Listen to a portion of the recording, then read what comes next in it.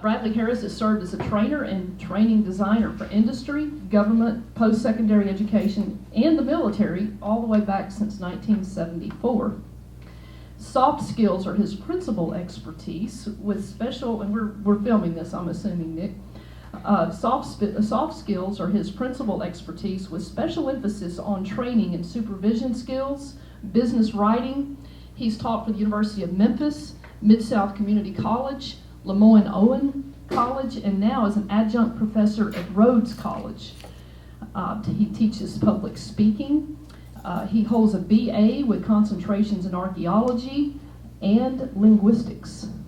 Plus, he has a law degree too, JD, and a more recent Master of Fine Arts in English Creative Writing, specifically with additional graduate work in philosophy, linguistics, textual document design, and editing. Vocationally, he writes and edits for business. Avocationally, he writes fiction and is the author of 2 prize-winning short novels, and that's both from Anvil Press. Ruby in 1999 and Thorazine Beach in 2013. He's read quite a number of bad employee handbooks and improved more than a few.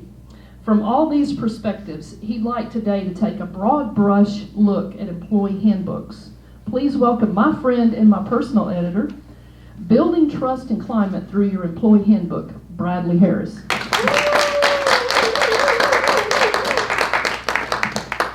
Thank you, Joe. All of you have been given a handout so you can follow the bouncing ball, but I'll ask you to pay primary attention to me. Rarely do I get to say that. Ladies and gentlemen, please indulge me. Please stand.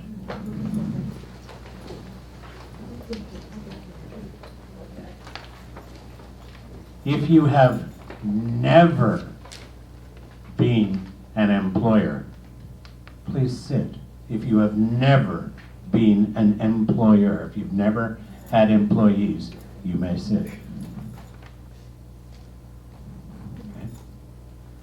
If you've never been an employee, you may sit. All right. You may sit in any case.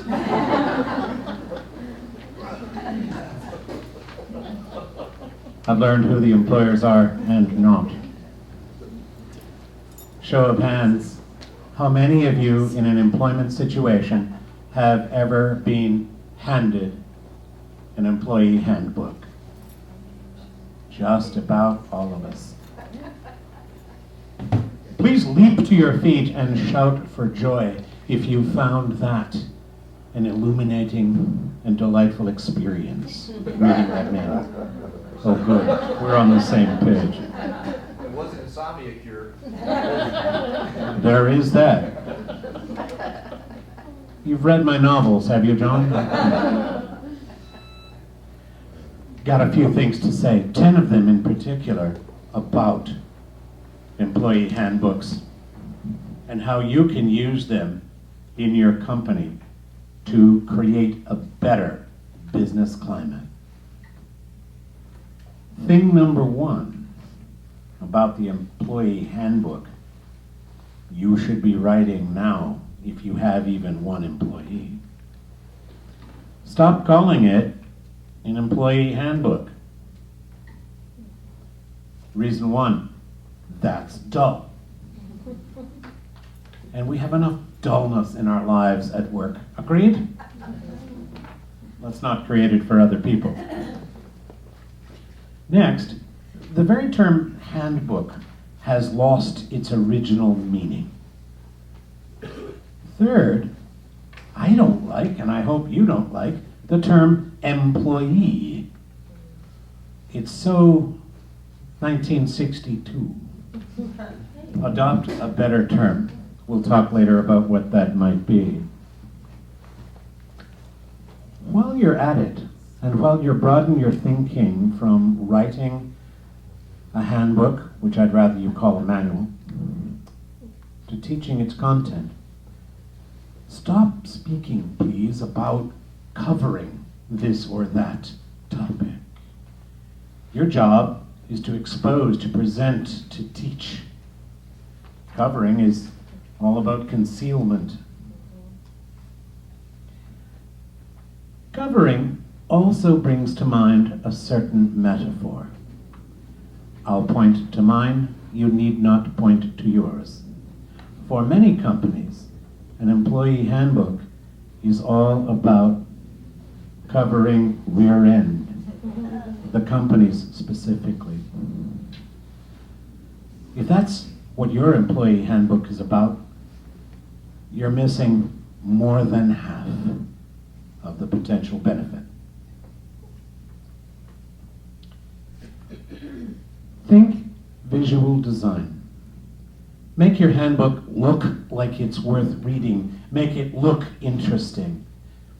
Make it be that before a person even turns the cover, before a person even reads the first word, it looks like it's worth reading. How do you do that?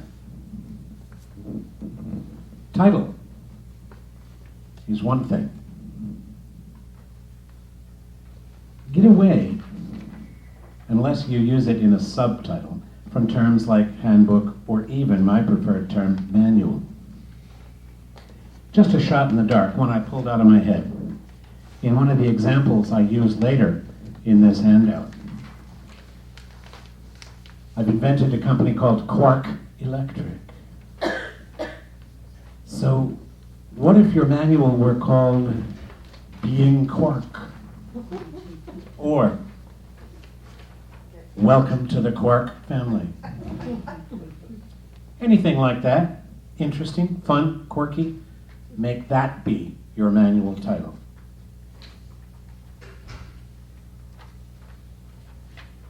Some companies now, I note, are turning to employee manuals online only. I don't like that. Why? The same reason that it's a good idea to put it online. Convenience. Yeah, there it is. Look it up. It's online.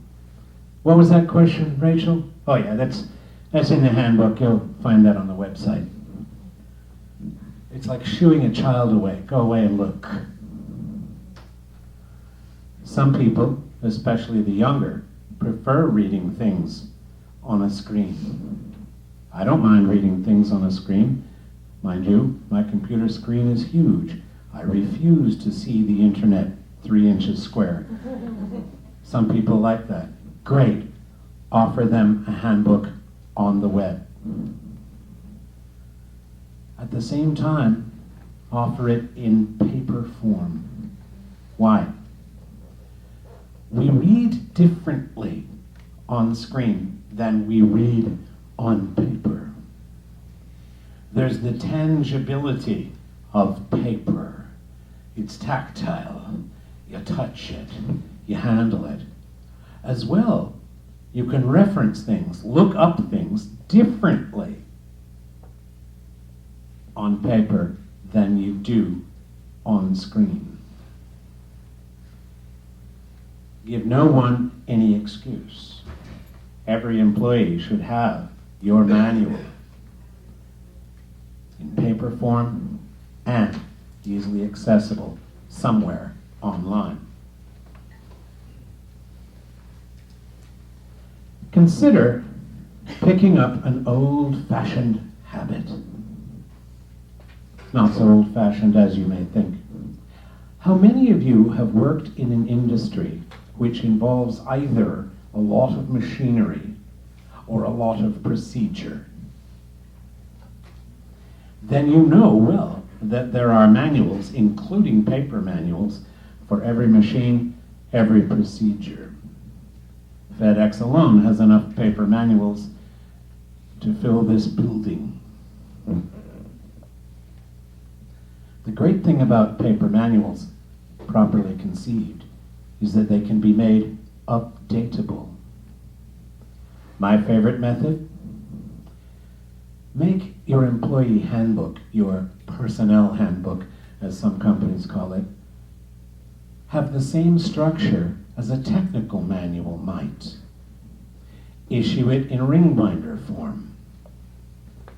Give a serial number to each employee manual and have that employee sign for it.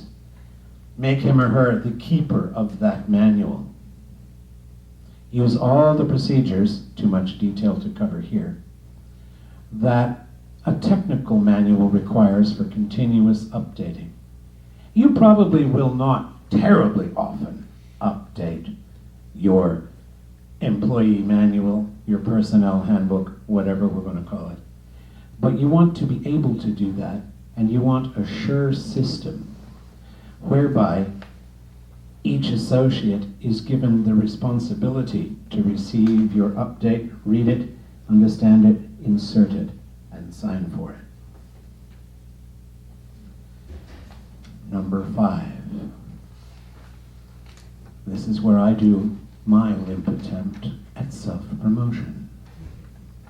Hire a pro, a professional writer, someone who writes for a living.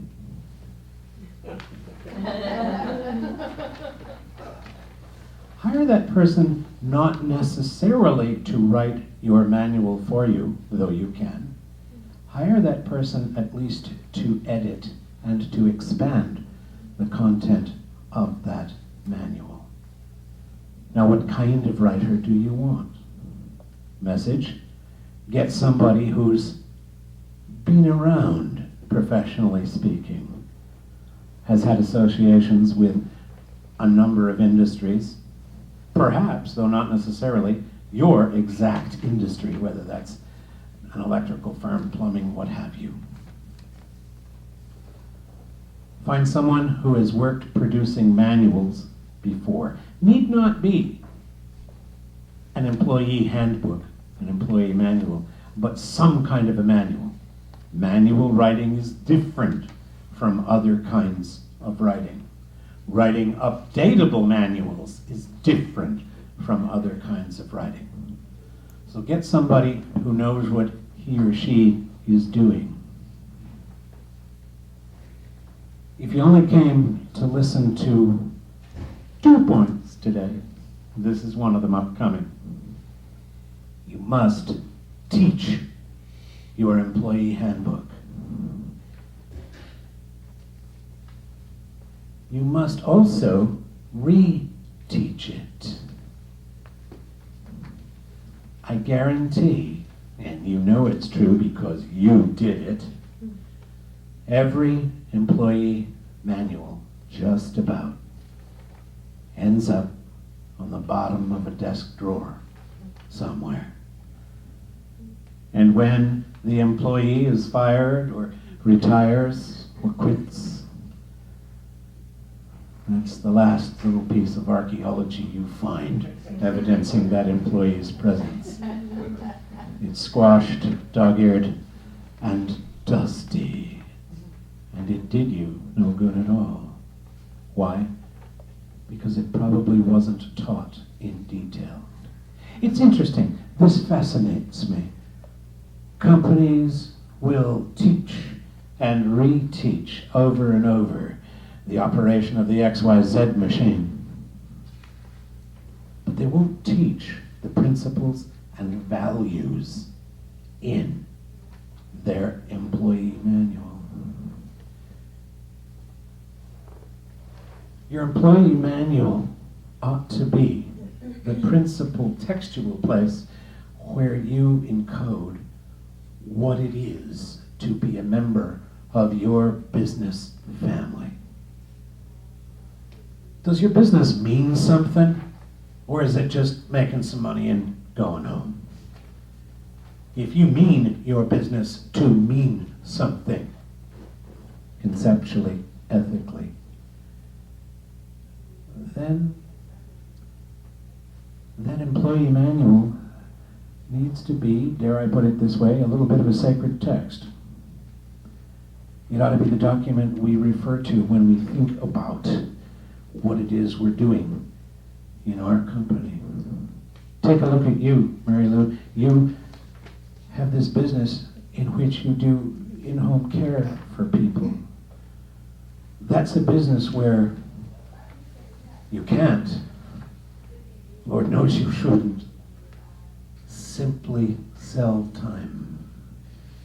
So, where do you encode your business's values? I say one of the principal places ought to be your employee manual.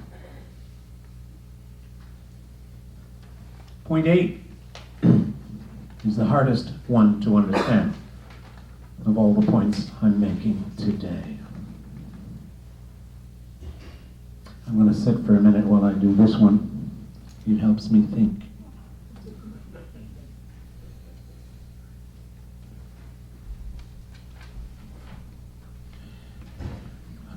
That principle is integrate your employee manual with your company's visual culture. We're sitting at the moment in the middle of a university classroom for a well-known commercial university. What is the visual culture here? If the audience looks to its right, it finds a number of pretty, colorful posters nailed to the wall. I'll wager, wisely, they've nailed these to every wall of every classroom in the building. They're posters that cover what this university is supposed to be about. The values, the things we do, the things we do not do while we're here. Beyond that, there's little going on. I am surprised when I walk into offices and industrial sites at how little visual culture there is. There are all kinds of rules and values and standards and prohibitions, but often they aren't recorded there. I'm still waiting to see the industrial facility in Memphis, which has all of the safety signs it should. Never have seen that. And almost never do I see an industrial facility where the values of the company, our values about how we'll be with one another, are encoded on the walls.